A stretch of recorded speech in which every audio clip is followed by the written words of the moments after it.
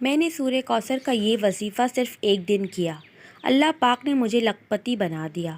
Ignore مت کرنا ورنہ پچھتائیں گے۔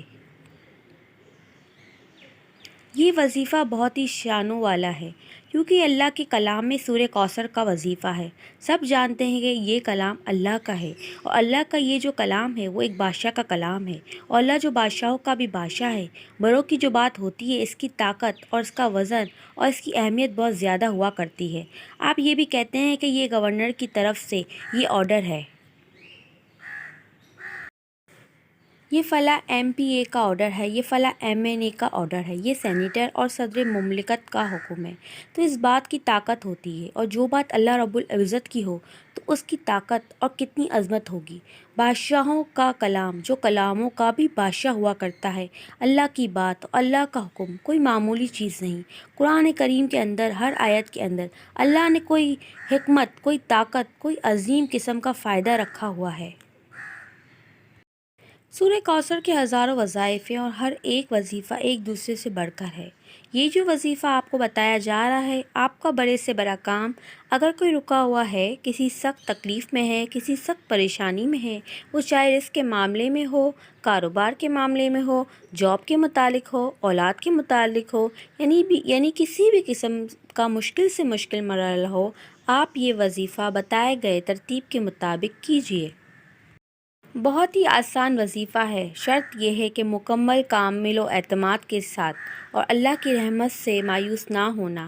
اس شرط کے ساتھ اللہ سے مانگنا ہے اور یہ وظیفہ کرنا ہے۔ اب اللہ کی رحمت سے مایوس نہ ہوں اور اس کے ساتھ یہ وظیفہ کریں۔ ابھی وظیفہ ختم نہیں ہونے پائے گا تو انشاءاللہ تعالی کامیابی کے آثار آپ کو نظر آنا شروع ہو جائیں گے، اور وظیفہ مکمل ہونے کے بعد جیسے ہی اللہ کی بارگاہ میں ہاتھ اٹھا کر دعا مانگیں گے، آپ کا دل گواہی دے گا۔ دل اس بات کی شہادت دے گا کہ میرا کنیکشن اب اللہ کے ساتھ مل چکا ہے، میرا جو رابطہ ہے وہ اللہ کے ساتھ ہو چکا ہے، اور میں اللہ سے ہم کلام ہو رہا ہوں، اور اللہ رب العزت آپ کے اس معاملے کو حل فرما دیں گے۔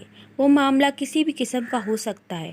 آپ یہ وظیفہ 24 گھنٹوں میں جس وقت کرنا چاہیں کر لینا ہے، لیکن اگر رات کو نماز عشاء کے بعد کریں